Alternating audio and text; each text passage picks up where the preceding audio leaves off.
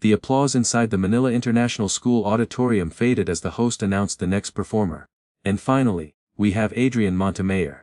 A wave of whispers rolled through the crowd like a ripple in still water. Heads turned, murmurs spread, and a few students even leaned to their friends in disbelief. Wait, Adrian Montemayor, as in Montemayor Group, why is he performing? Does he even sing? No one knew what to expect from the only son of the richest businessman in the Philippines. Adrian was the boy who arrived at school in a black car every morning, tinted windows, no words. His uniform was always pressed, his hair neat, his expression distant. He wasn't rude, just quiet. But in a world that talks too much, quiet people are often misunderstood. At 16, Adrian lived in a mansion large enough to hold 100 people, yet most days, it felt empty. The silence in those marble halls had a heaviness to it, a silence that once belonged to his mother. Her name was Isabella Montemayor. She wasn't just a socialite, she was once a singer, soft-spoken, radiant, with a voice that turned lullabies into prayer. When she died of cancer 6 years ago, the world mourned for a moment, then moved on. But Adrian didn't. After that day, the music in their home stopped. The grand piano in the living room gathered dust, the guitar she once played was locked away in its case, and Adrian's heart closed just as tightly. His father, constantly on business trips, tried to fill the silence with things, new gadgets, luxury vacations, expensive tutors. But what Adrian wanted couldn't be bought. What he missed wasn't something money could bring back.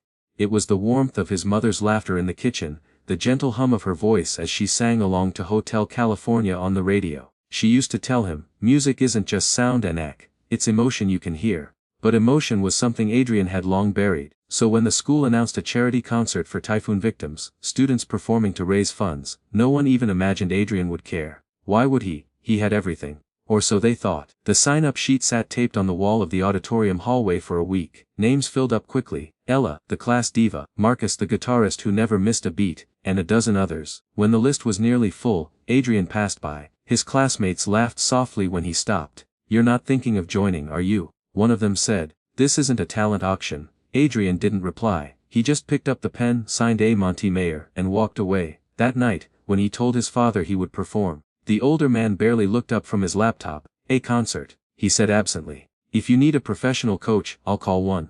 Or maybe you should just make a donation instead. It's faster." But Adrian shook his head. "I want to sing." His father blinked, surprised. Sing? The word sounded foreign in their house. "Yes," Adrian said softly. "For Mom." His father froze for a moment, then sighed, the kind of sigh that carried exhaustion and unspoken sorrow. "Do what you want, son," he finally said, his voice fading back into the glow of his computer screen. That night, Adrian couldn't sleep. The decision had been made, but the thought of performing terrified him. He had never sung in public before, not even in music class. But inside there was something urging him on, something unfinished. He sat on his bed and looked around his room. Everything was perfect, everything was empty. The city lights shimmered through his window, but they felt far away. His gaze drifted toward the old guitar case resting on top of his wardrobe, untouched for years. He climbed up, took it down, and placed it gently on his bed. His hands trembled as he opened it. The smell hit him first: jasmine and wood, the faint scent of his mother's favorite flower. Inside lay her guitar, a classic sunburst design, its strings slightly rusted, its surface carrying scratches that told stories. He ran his fingers across it like one might trace the face of a memory. He plucked a single string. The sound was soft, imperfect, human. And for the first time in years, he felt a strange ache deep within him. He remembered her sitting by the window, singing Hotel California. He remembered the way she'd wink at him when he got the lyrics wrong. He remembered her voice, full of life, whispering, "One day, Adrian, you'll understand, music heals more than time ever can." Tears blurred his vision as he adjusted the tuning pegs, careful not to break a string.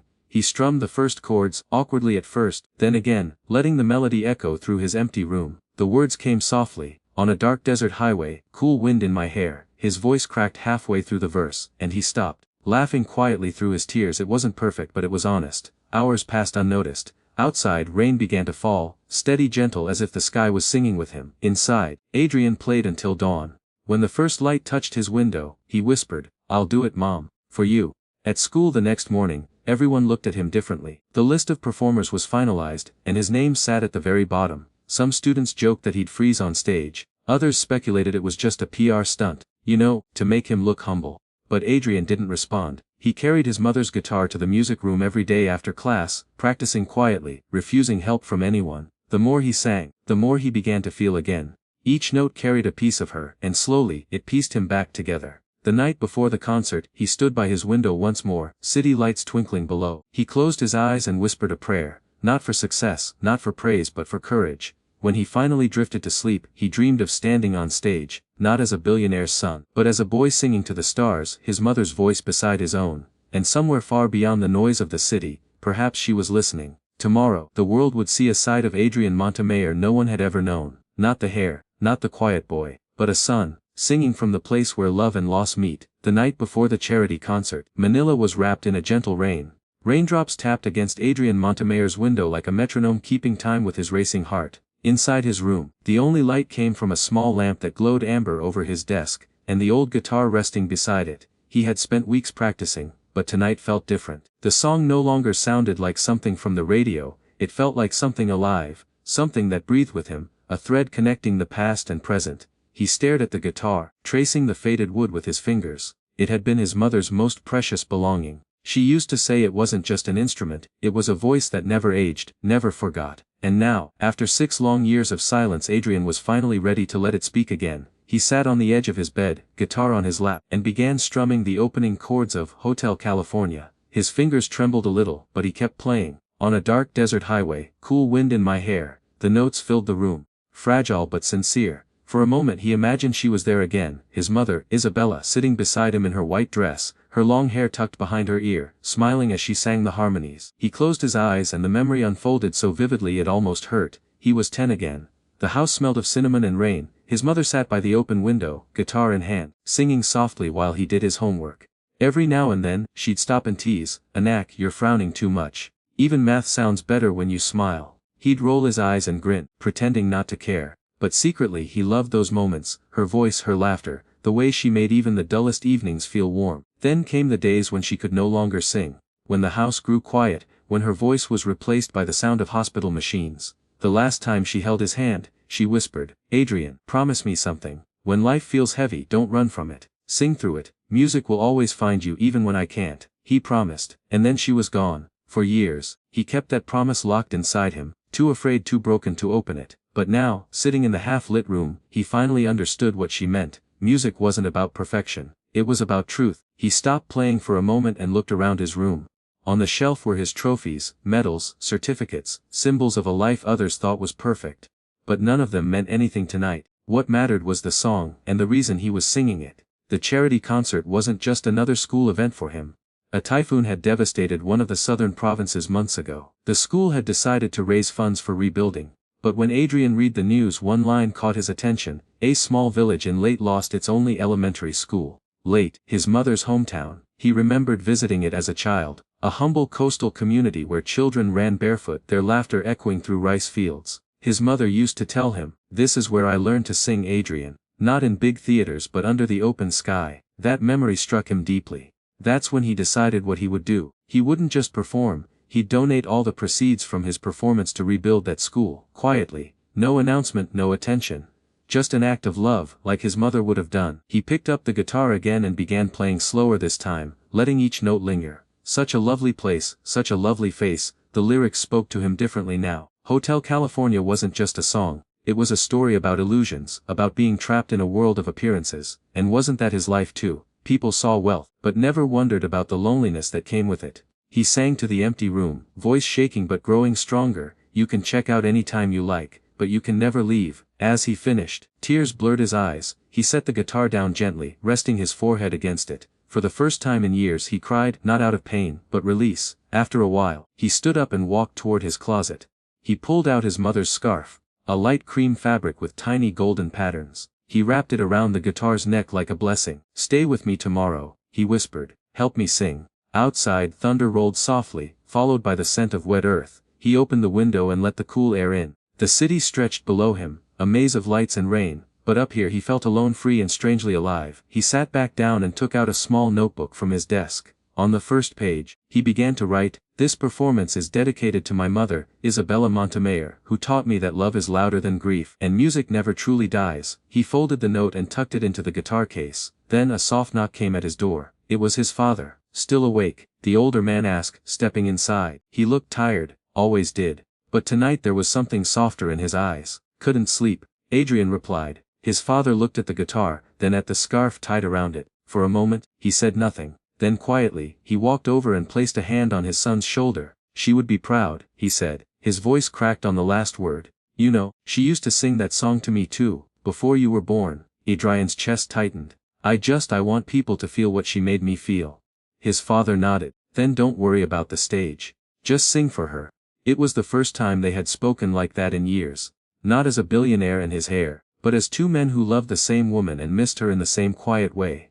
When his father left, Adrian turned back to the window. The rain had stopped, and the moon broke through the clouds. He picked up his guitar once more, letting the moonlight fall across the strings. He began to play softly, almost like a prayer. Each note shimmered with memory, hope, and love. For the first time, he wasn't afraid. He didn't care if people judged him, or if they thought he was just another rich boy trying to look kind. Tomorrow, when he stood on that stage, he wouldn't be performing for approval. He would be fulfilling a promise. He played until dawn, the city still asleep beneath him.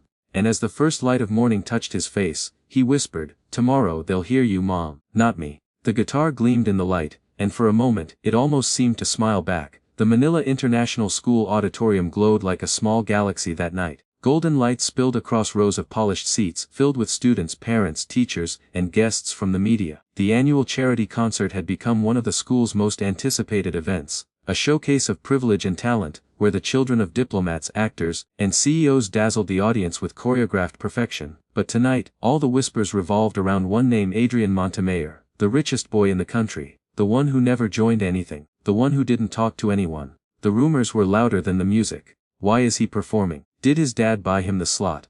He's just going to embarrass himself. I bet he'll sing off key and then donate 1,000,000 pesos to make up for it. Behind the thick velvet curtains, Adrian sat alone on a stool, his mother's guitar on his lap. He could hear the audience laughing, talking, shifting in their seats. Every sound felt amplified by his heartbeat. He inhaled slowly, exhaled slower, his palms were sweaty, his fingers tingled with fear. For a moment he wanted to run, to vanish before they could see him. But then his gaze fell on the cream-colored scarf tied around the guitar's neck. His mother's scarf. Her memory steadied him. Just sing for her. His father's voice echoed in his mind. The host's voice boomed through the speakers. Ladies and gentlemen, we now present our final performer of the night, Mr. Adrian Montemayor. A polite but uncertain round of applause rippled through the hall. Adrian stepped out from behind the curtain. He wore no designer suit, no stage costume, just a plain white shirt and black jeans. In his hands, the old guitar gleamed softly under the lights. He walked to the center of the stage, his steps slow but sure. For a moment, the entire auditorium went quiet. Even the skeptical students leaned forward. The image was striking. The billionaire's son, standing under a single spotlight, holding a weathered guitar that looked older than him. He sat on the stool, adjusted the microphone, and looked out into the sea of faces. His eyes found his father in the audience, sitting in the front row. For once not on his phone, watching intently, Adrian took a deep breath and spoke into the microphone. His voice was soft but clear. "This song was my mother's favorite," he began. "She used to sing it every night when I couldn't sleep. I lost her 6 years ago, and for a long time, I stopped listening to music because it hurt too much. But tonight, I want to sing this for her, and for anyone who's ever lost someone they love." The audience fell completely silent. Not even a cough broke the stillness. He strummed the opening chords of Hotel California. The familiar melody flowed through the room, warm and haunting. His fingers trembled slightly, but his voice rose steady, clear, soulful, filled with emotion too real to fake. On a dark desert highway, cool wind in my hair, a murmur went through the crowd, not of mockery but awe. The voice they heard was unlike anything they expected. It wasn't polished or perfect, it was raw, textured, human. Each lyric carried weight, like it was pulled from a place deeper than words. The stage lights softened, the spotlight lingered on him alone. Every strum, every pause, every breath seemed to draw the audience closer, as if the walls themselves were listening. In the back row, the janitor leaned on his broom, mouth slightly open. A teacher wiped her eyes.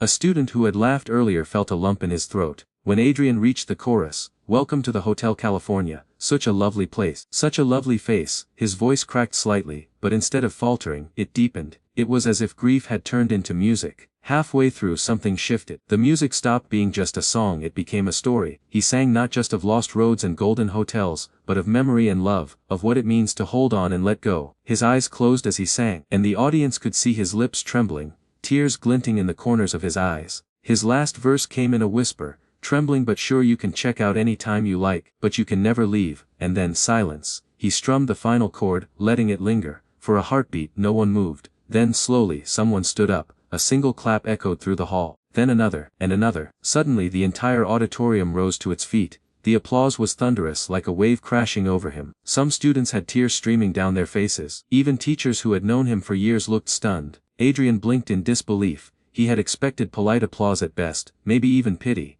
But what he saw in their eyes wasn't pity, it was understanding. He looked down at the guitar, his mother's scarf fluttering slightly from the stage fan, and smiled through his tears. Then something unexpected happened. The host, still wiping his own eyes, walked up to the stage and said into the mic, "Ladies and gentlemen, that wasn't just a performance. That was a soul speaking." Adrian stood awkwardly, unsure what to do. He wasn't used to attention like this, not the kind that came from sincerity. But then he saw his father walking toward the stage, slowly clapping, his expression unreadable. When their eyes met, the man nodded, a small, silent gesture that said everything words couldn't. The crowd quieted as Adrian's father took the mic. "I've spent my life building things," he said, his voice thick. "But tonight, my son reminded me of something more important, that what we build with love lasts longer than anything money can buy." He turned to Adrian. "Your mom would be proud." A murmur of emotion swept through the room. Some people started crying openly. Cameras flashed, but Adrian didn't notice. He just smiled, his heart finally lighter. As he left the stage, a little girl from the audience ran up and handed him a small paper flower. "For your mom," she whispered shyly. He took it gently, his eyes glistening again. Backstage, the noise from the auditorium faded into a hum. Adrian sat alone again, the guitar on his lap. But now the silence didn't feel empty, it felt full of love, of memory, of peace. He looked up at the ceiling, whispering, "Did you hear that, Mom?" And in the quiet, he almost imagined a voice, soft and smiling, saying, "I did, Anak, you sang beautifully." The echo of applause still hung in the air long after Adrian left the stage. Backstage, students hurried past, buzzing with excitement. But none of them could shake off what they'd just witnessed. The boy they thought they knew, the quiet heir to a billion-peso empire, had just poured his heart out in front of them, and the sound of it still lingered, raw and beautiful. Adrian sat in a corner of the dressing room, still holding his mother's guitar. His hands trembled slightly, not from fear this time, but from the flood of emotion that came after release. The lights around the mirrors glowed softly, reflecting his tear-streaked face. He took a deep breath and looked at his reflection, not the flawless, polished image people saw every day, but the real him. His eyes were red, his cheeks damp, and yet, for the first time in years, he saw something he hadn't seen since he was 10. Peace. He didn't hear the door open until he saw movement in the mirror. It was Mrs. Dela Cruz, his music teacher, a woman who had known his mother long ago. She approached quietly, her hand clutching a tissue. "Adrian," she began, her voice trembling. That was more than music." He smiled shyly, brushing away the last of his tears. "Thank you, ma'am." She placed a hand on his shoulder. "Your mother would have been proud. She used to sing that same song in our school events, you know. And tonight, I swear, it felt like she was right here again." Her words hit him deep. He nodded, unable to speak, afraid that if he opened his mouth he might cry again. But then, more footsteps followed. One by one, other students began to peek inside, at first hesitantly, then with genuine warmth. "Hey Montemayor," said Marcus, the school's best guitarist. "That was unreal, man. I didn't know you could sing like that." "Yeah," added Ella, the diva of the show. I'm sorry I said you only joined for attention. That was real. Like really real." Adrian didn't know what to say. These were the same people who had whispered about him, mocked him, kept their distance. But now their faces were different, softer, honest. "Thanks," he said quietly. "It wasn't really about me." "What do you mean?" someone asked. He hesitated, then looked down at the guitar, his fingers brushing against the scarf tied around it. "My mom used to play this song," he said. "She was from Leyte. That's where she grew up. I remember visiting her old village once. It was small, but she said it's where she first learned to sing."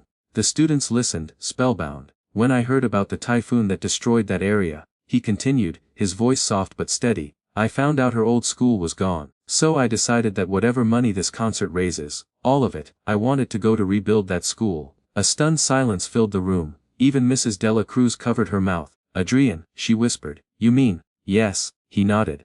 "All of it. I already asked Dad to match the total amount the school raises tonight. It's not about charity. It's about giving back to where she started." No one spoke for a few seconds. Then the first tear fell. Not from Adrian, but from one of the students in the corner. Soon others followed, eyes glistening, hearts moved beyond words. They had expected a rich boy showing off, but what they saw was a son honoring his mother's memory, turning grief into hope. Dela Cruz placed a hand over her heart. "You have no idea how much that will mean to them, Adrian. That village, they've been waiting for help that never came." Adrian smiled faintly. "Maybe this time it will." At that moment, the dressing room door opened again, and in stepped his father. The man's usual commanding presence was softened by emotion. his eyes were red, his expression unguarded. The students instinctively stepped back, giving them space. His father walked up to him, paused, and spoke in a voice that was quiet but full of weight. "I didn't know," he said, "about the donation. You didn't tell me." Adrian looked up, nervous. "I didn't want to make it about money, Dad. I just wanted to make it matter." The older man took a deep breath, then nodded slowly. "You did." He reached into his coat pocket and pulled out a folded check. "You said you wanted me to match the donation, right?" He placed the check on the table. "Consider it done. In fact, let's make it 10 times the amount. That school won't just be rebuilt, it'll be better than ever." Adrian blinked, stunned. 10 times. His father smiled faintly. "Your mom wouldn't have wanted anything less." The room fell quiet again, but this time it was filled with warmth. Even the air felt different, lighter, brighter. "Thank you," Adrian whispered. His father squeezed his shoulder gently. "No, son. Thank you. You reminded me what her voice sounded like." But tears welled in Adrian's eyes again, but this time they weren't from sadness. They were from connection, something he'd missed for years. In the corner, a student raised a phone and whispered, "Should we tell the press?"